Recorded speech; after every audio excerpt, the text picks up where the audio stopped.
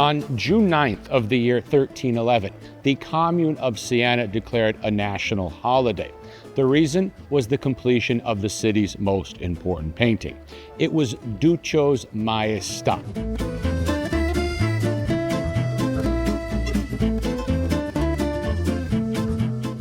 And this painting was carried from Duccio's workshop and paraded through the streets of the city, and then finally brought and placed on the high altar of Siena Cathedral.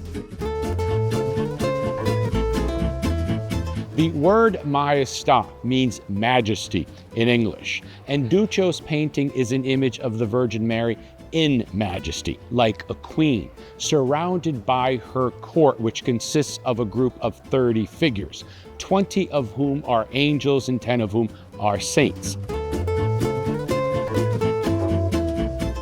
And if the front side of Duccio's painting is a celebration of the Virgin Mary, then the back side is one of Jesus Christ, because it consists of 26 scenes illustrating the Passion of Christ from his triumphal entry into Jerusalem to the road to Emmaus. And Duccio's painting was once the largest ever painted in Italian art, originally measuring some 16 feet in height and some 17 feet in width.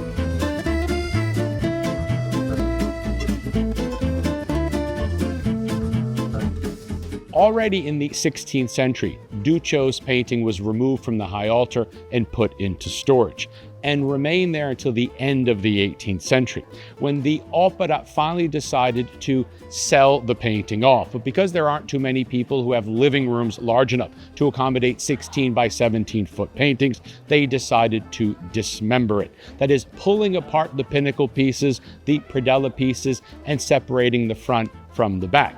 And while the majority of the painting is here in the Cathedral Museum in Siena, parts of the Maestà can be found throughout the world in places like New York or Fort Worth, Texas, or Madrid or London as well.